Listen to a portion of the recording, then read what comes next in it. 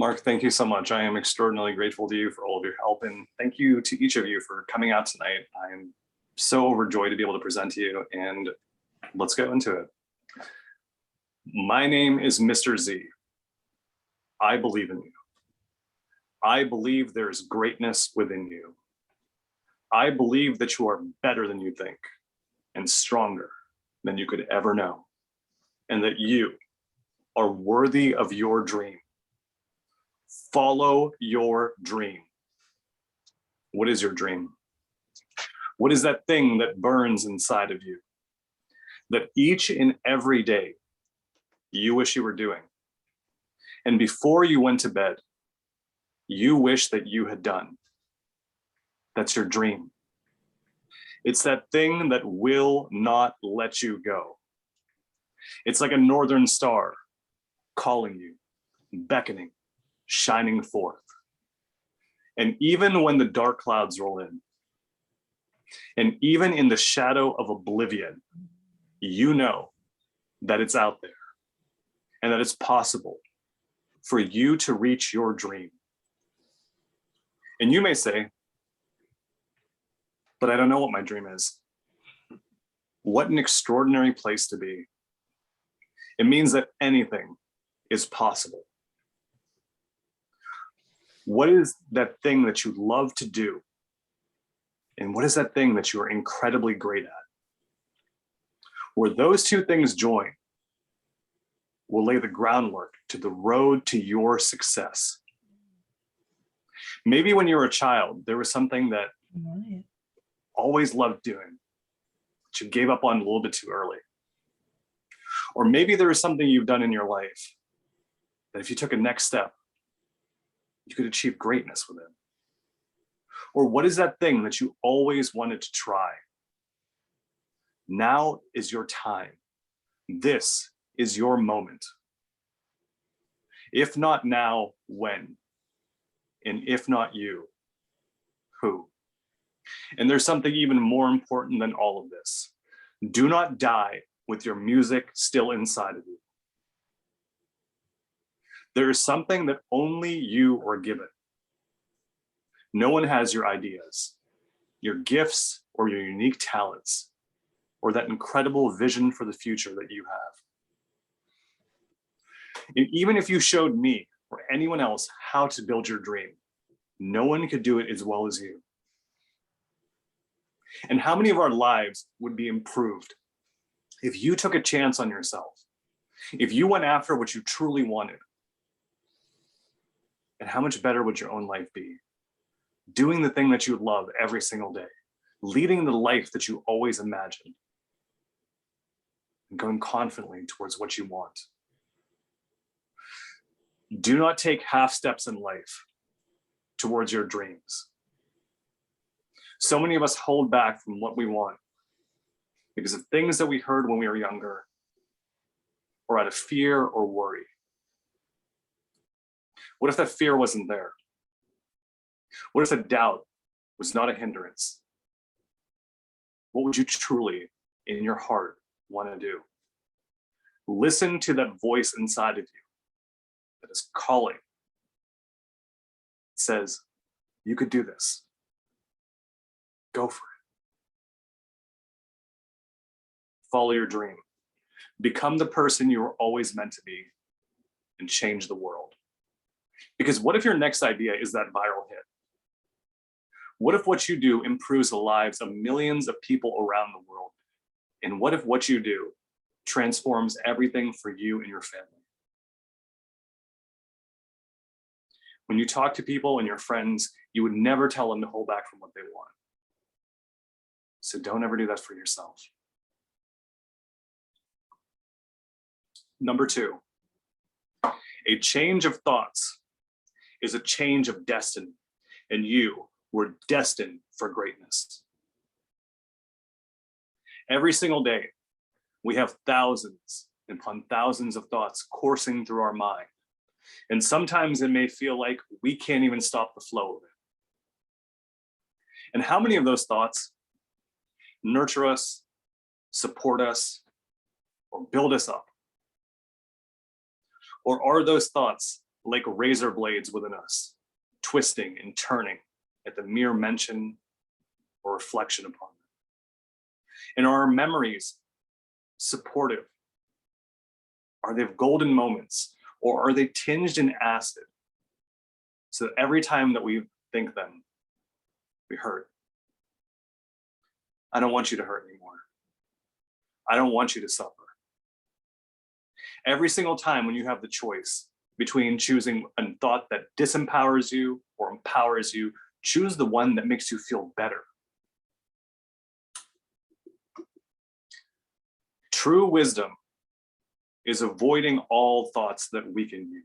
And you are certainly not weak. You are so much more than that.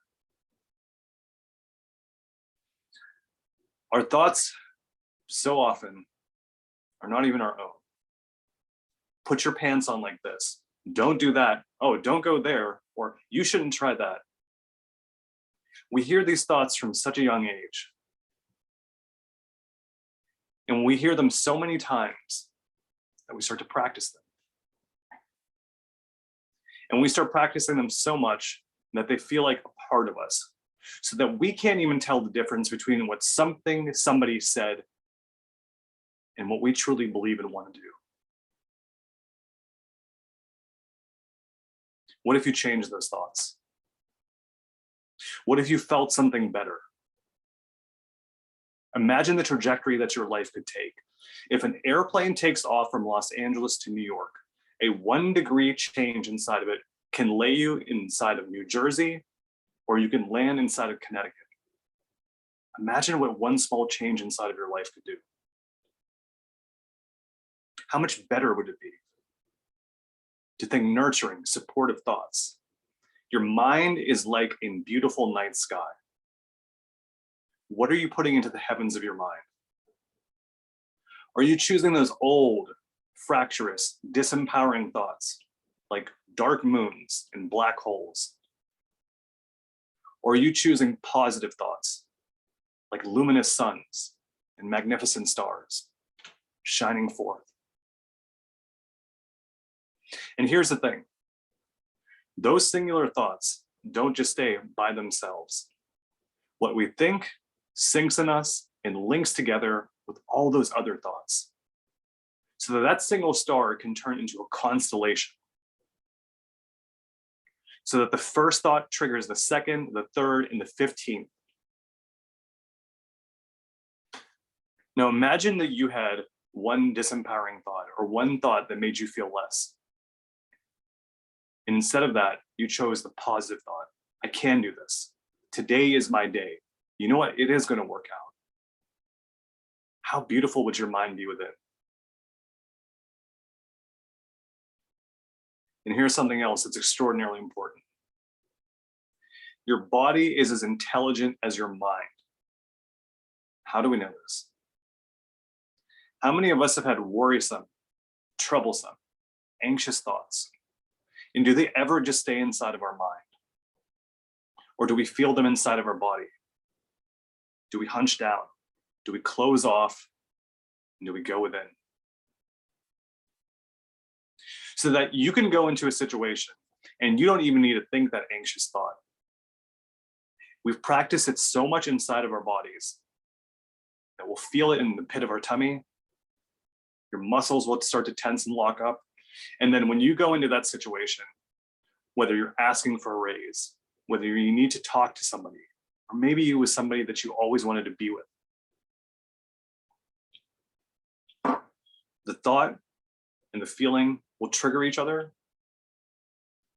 A cycle will form and it will spin. And that cycle will spin so fast that it feels like a tornado inside of us. It is so darkened and so obfuscating that we can't even see the light of positivity that's out there. But there is a beautiful light shining within you.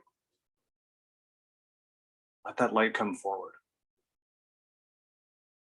Let it glow every single day and help push you forward to something better. If there is no enemy within, the enemy outside can do us no harm. Stop hurting yourself.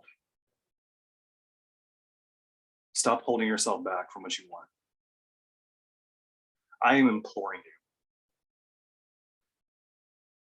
I have seen so many people suffer. People go through the most tumultuous periods and feel like they are locked in this eternal prison. And your life doesn't have to be like that. There's so many better things out there. Your mind is always listening. What are you saying to it? Don't ever say anything that weakens you or makes you feel less than. If you knew how incredible you truly are, you would never treat yourself like that. Within you beats the heart of a champion. Support that champion. Let that person come out and watch what you become. Number 3, surround yourself with winners. People that believe in you, that see the best in you, and that want the best for you. Because the truth is, you are one of the best.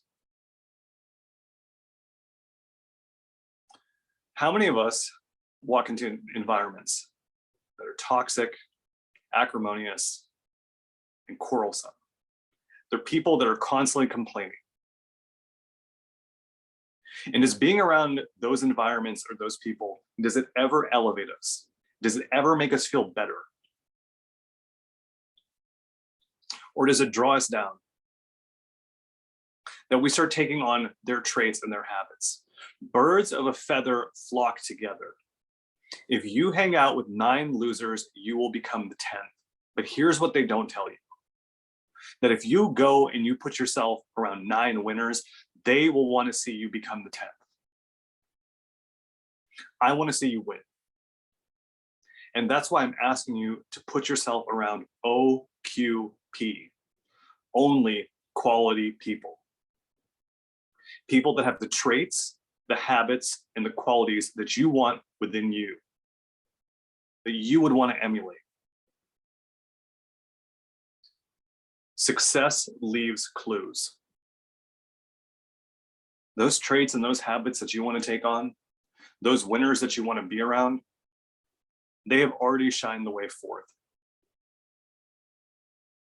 And their entire success can be replicated. If they can do it, why can't you?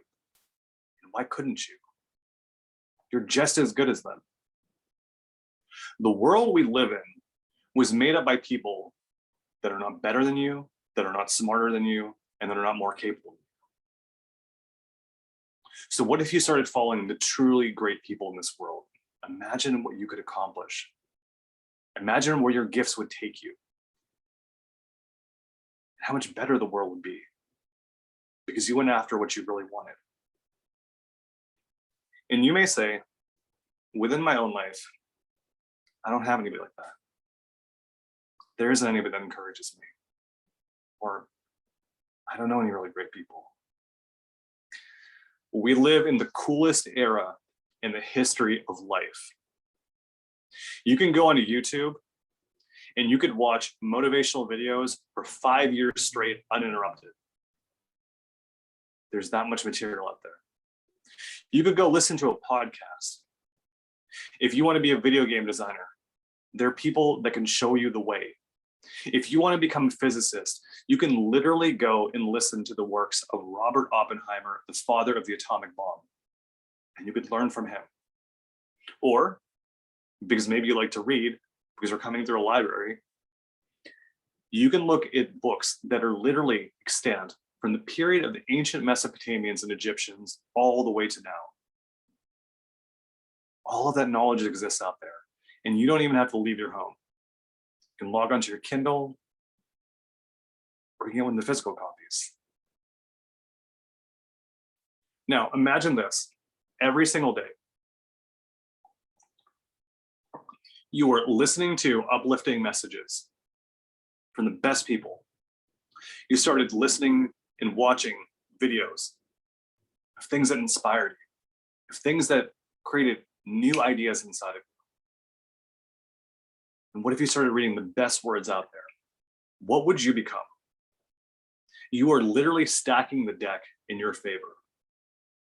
Play to your strengths, listen to those inspiring words, and watch the balance of life tip in your favor. How do we attract those kind of people in our lives? The golden rule: be cool, don't suck. Out there are people that believe in you, that want to come and support you, that want you to join them on their journey to success. And the only way that we'll ever attract those kind of people is by being cool and open and understanding.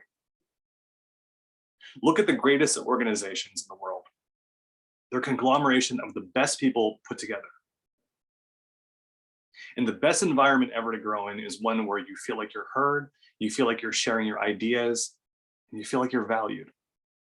Now imagine you create that space for other people. How much would they want to be in your presence? And ABK, always be kind. If being cool and not sucking will draw them towards you, being kind will keep people in your life. People will want to stay around you because they'll see what I see inside of you. And you are a winner. That you can do incredible things. And that you have all of the qualities that are necessary in order to go forth and to win like no one has ever done before. I see that inside of you. And all I'm asking is for you to see that inside of yourself. From the earliest days of the cavemen, they banded together in order to survive. And if you surround yourself with winners, you will not only survive, you will thrive in ways that you can't even believe. You want to see what a winner looks like? Go look in the mirror. Number 4, don't ever, ever give up. Would you please be so kind as to allow me to tell you a story? I think it will illuminate why it is so imperative that you never give up. It's a true story. Once upon a time, there was a child born into this world with all the hope and promise that every child deserves. Except this child was flawed in one very crucial way. It was born with a hole in its heart. And in order to mend this hole, at age 4.5, they cracked open its rib cage, tore its chest wide open, stitched it, and stapled it back together. And you would hear this, and you would think, my goodness, that must be the toughest thing. I'm sure that's the worst thing that that child had to face. But what if I told you that that child would go home every single day, be beaten, humiliated, and told that it was nothing? That'd be pretty daunting. And then this child would switch schools, a stranger in a strange land. And every day that this child would go to school, it was bullied, spit on, and told that it would never belong. That'd be pretty daunting. So that this child would go home, be abused, and then go to school and find even worse.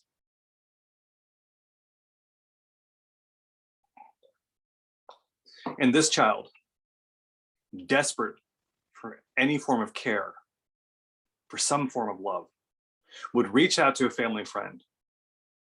That's someone you could trust, someone that would be there for them. And that person would abuse them sexually for 8 years. This child would grow into a teenager and go off to college. And while at college, this teenager would form an abscess this large on its spine. So they had to cut it out. So that part of its spine was actually exposed. And every single day, in order to heal it, they had to put a dressing in and rip it out 3 times a day.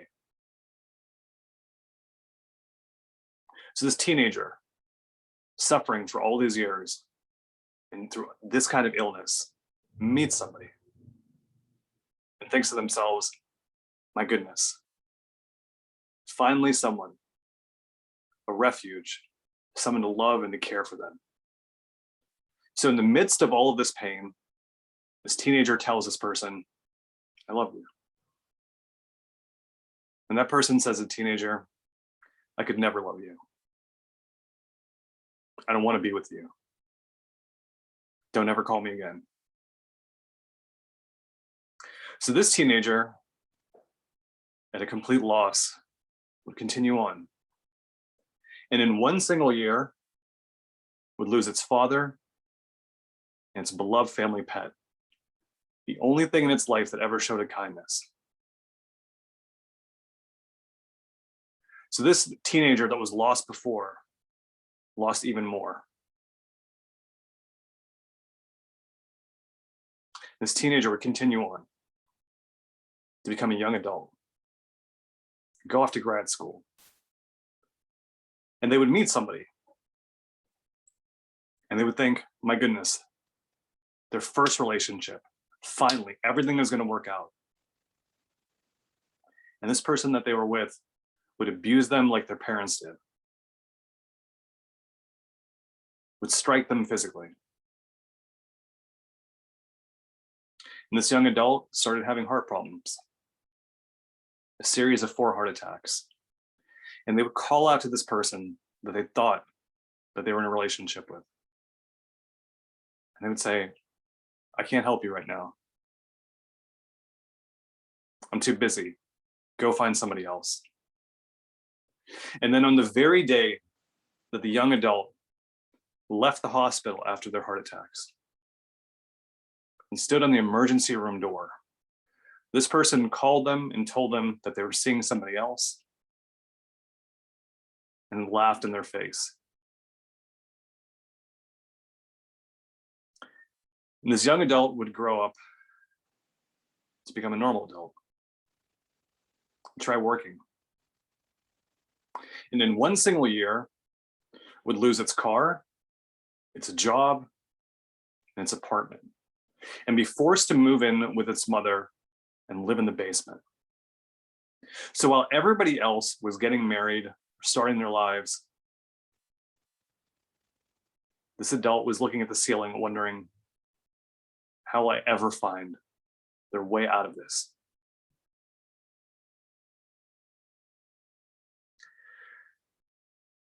And the year after this adult thought they lost everything, they would suffer a hip labrum tear. 2 discs in their back would dislocate. They would almost die from a botched tonsillectomy, and their jaw would dislocate. So after having been shattered, they were broken even worse. And this adult would try to put themselves back together, try to do something to help the world or to help other people. Maybe some joys out there. They would try comedy, and they would fail. They would create a YouTube show, and they would fail. They would try to work with children, and they would fail. They would try to create a show for kids, and they would fail. And then as they continued on, they'd suffer concussion, and then lose their sight for a period of time. So I am asking you this. What would you do if you were this person? Would you surrender? Would you quit? Or would you have invited you to come on tonight to tell you this? Don't ever, ever give up on yourself, on your hopes, and on your dreams. You have no idea what you're made of. And you have no idea what tomorrow can bring. On the other side of all of this pain and adversity is the hope, joy, and prosperity that you are searching for. And the very thing that you are searching for is searching for you. It may seem insurmountable, It may seem like everything is against you, but the greatest thing that you have on your side is yourself and who you are. That is more than enough. And as you start going towards your dream, you're going to start to see dormant faculties erupt and emerge. People want to rage out and help you. And that things will start to unlock for you in ways that you couldn't even imagine. Don't ever give up on yourself. You have no idea how special you are. The world needs you. There is a reason that you were brought into this place. There is a reason that you're here at this time. Go confidently towards your dream and become the person that I know you are. I want you to know how incredibly proud I am of you for who you are and for who you are becoming. You have everything that it takes to succeed. I want to encourage you and support you to go towards that, because you are the one to succeed. If I had a bet on anybody, I'd bet on you. I want the best for you. I'm so incredibly grateful for you. And I want you to know that I truly hope something wonderful happens for you today. Thank you so much for listening to my speech. And I would love to hear any questions or thoughts that you have.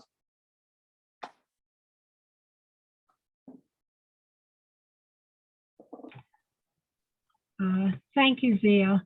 But my question is, how do you really stop worrying about family members who have problems and feel free to go about your own life? Sure.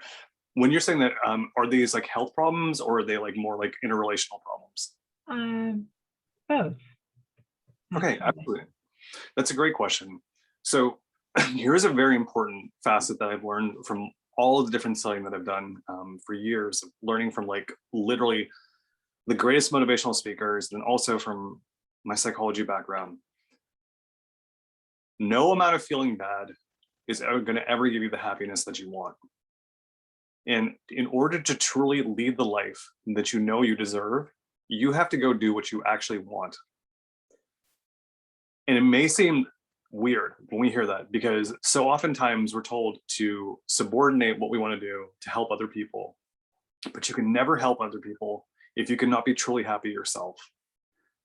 So if you're talking about interpersonal relationships, I 100% get that. I have family members inside of my immediate family that are like, you know, if you talk to our relatives, I will never talk to you again. But here's the thing, all of their frustration and all of the things that they threaten you with, these are simply wind. It's words. The only place that fear or that doubt exists is within us. If you instead switch it around, every single time that you have a disempowering thought, switch it around to the exact opposite. What is the best version of this that could occur? What is the greatest thing that could happen from this? And also, every time that we hold ourselves back and we cut those things down, we are sapping ourselves from the joy that we truly want. Do what you love, do what makes you happy, and go after those things. Now, if it's physical ailments, you can help other people. But this is a really big thing. We think that by helping people, it's doing everything for them. Think about like when you're injured your knee or you've injured your back. If you allow a person to stay like that continuously, not only does it disempower them, but it disempowers you. But like a child, like if you allow them to literally raise themselves back up, like if a child fell down and scuffed their knee or failed at something, if we're always intervening, well, they become reliant upon us. And all that does is make them feel like we owe them something. And then it makes us feel like, why am I always doing this? Follow your joy. I cannot emphasize that enough. If you follow your joy, everything else will fall into place inside of it. We're not taught to be happy. And especially, I think if you're a mother or if you're a woman, there's very much a sense of sacrificing everything that you have to help everybody else. Empower yourself. Give yourself that joy back and watch how everything starts to align for you. Does that help at all? Yes, it does. I just have to work at it more. Well, Thank you. no, absolutely. And Phyllis, here's the biggest thing. Just as you can train your body, excuse me, if you can train your muscles to anticipate, like imagine a javelin thrower or someone that plays baseball that's quickly able to throw and have that twitch reflex. You can train your mind in the same way. And you will only see the better possibilities if you put your mind in that place. If it's always in fear and doubt, well, that's what will draw and attract to us. I just want you to be happy in your life, to be successful, and truly, you deserve that joy.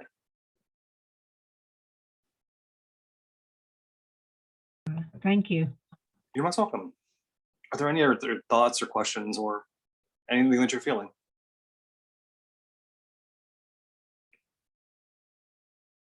Hi, I want to thank you for the presentation. It was very good. And I don't really have any questions, but well, I guess it is a question or a comment.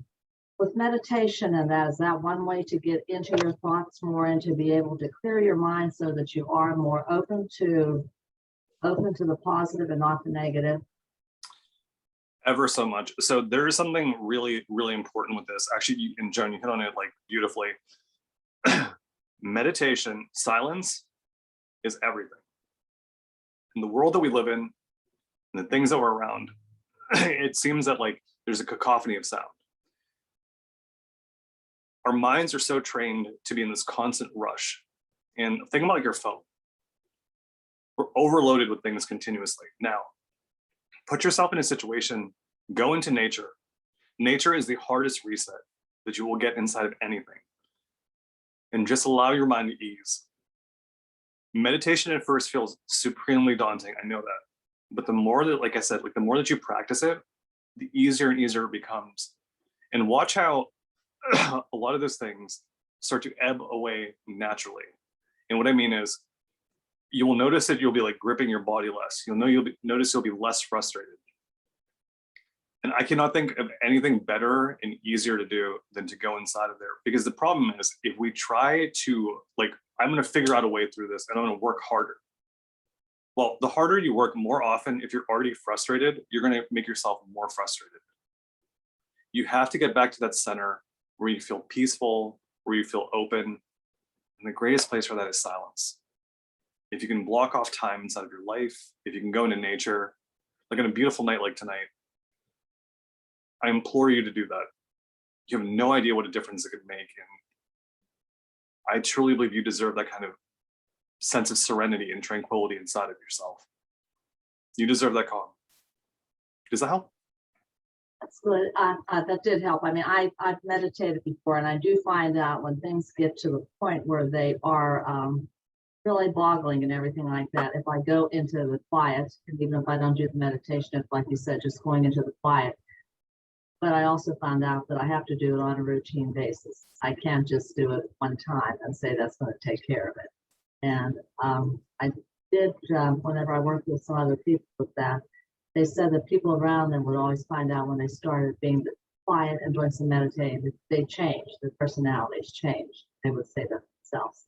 They didn't see it in themselves, but others saw it in them. So I do find out when I take the time to do it on a steady basis, there is a difference. Things to look up. Thank you for your presentation, like I said. No, thank you, Joan. And I mean, seriously, I think we often forget this. Our natural state is to be happy and joyful. Look at the way that we were when we were kids, before anything flooded inside of us. If you go back to that state, if you go off by yourself, if you find that peace, beautiful things will emerge. And I want that kind of beauty inside of your life because you deserve it.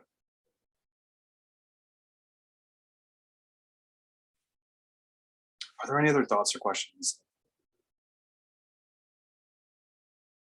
Maybe you could speak on how social media is a detriment to just everything, like especially kids and younger adults getting on and comparing their lives, to other people on Facebook who always present their best sides.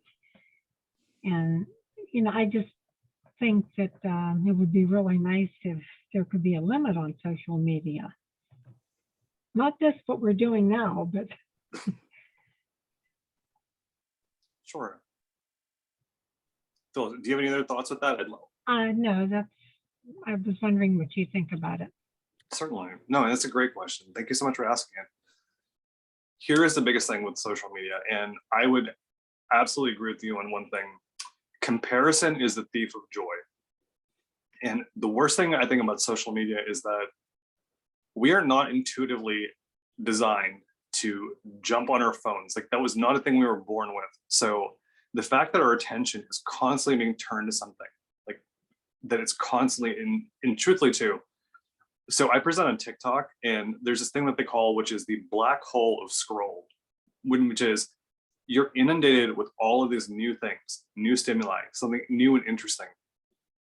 And that your mind is trained to look for newness and also differences. So it attunes to it in like a hyper focused way.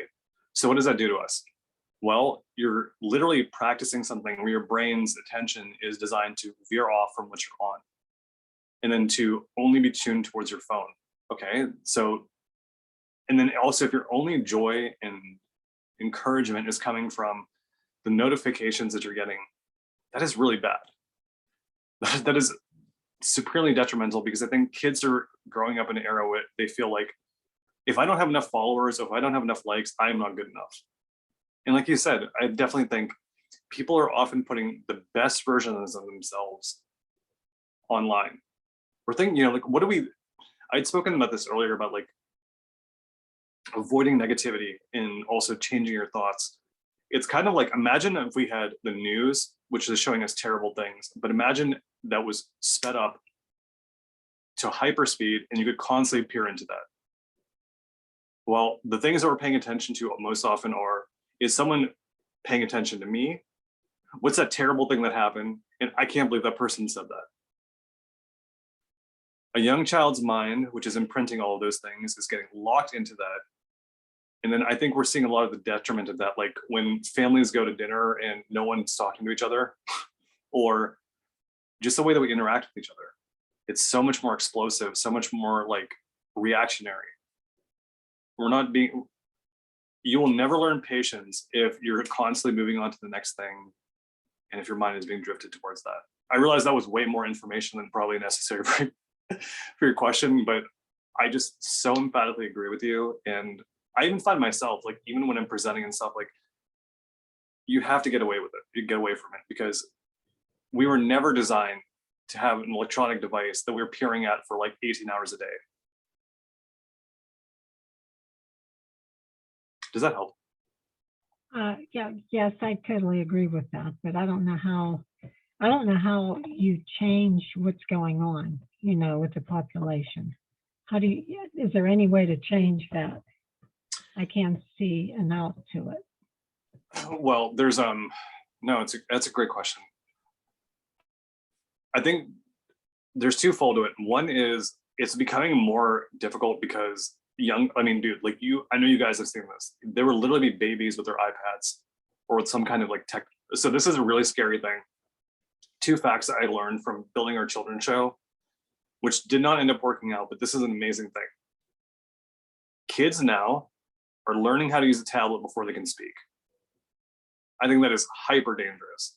And I think the other component of it is they're literally, like, teenagers literally spend between 12 to 18 hours a day on their devices. The only way to change that really is to actively do stuff with them, to encourage things where people aren't always on their phone, going out and playing, going out in nature, being together.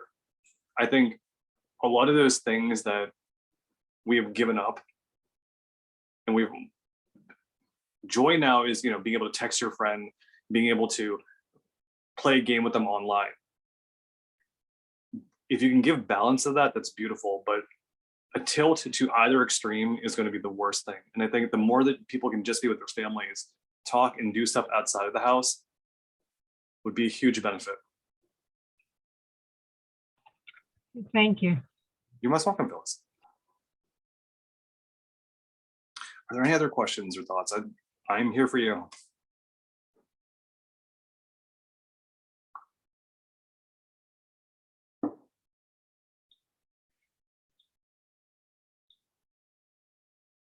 No, that's totally cool. Well, guys, I would like to thank you all for coming out tonight. Everything that I'm doing is for you. I'm just so incredibly grateful that you are willing to listen to me and to hear what I have to say. And I will leave you with this. If you'd like anything that I did tonight, you can follow me on TikTok. It is under the handle me and Mr. Z. Or if you have an organization, club, company, or any place else that you think would benefit from motivational speech, reach out to me. I would be so grateful to be able to support you and to help encourage anyone inside of your life. But the most important thing is that you go towards your dream, that you follow what's inside of your heart. And I know you'll win. Because you are a winner. Thank you so much for coming on tonight. Okay, thank you again. You're most welcome. Thank you. Good night. Thank you, Joan. I hope something wonderful happens for you guys. Please take care of yourself.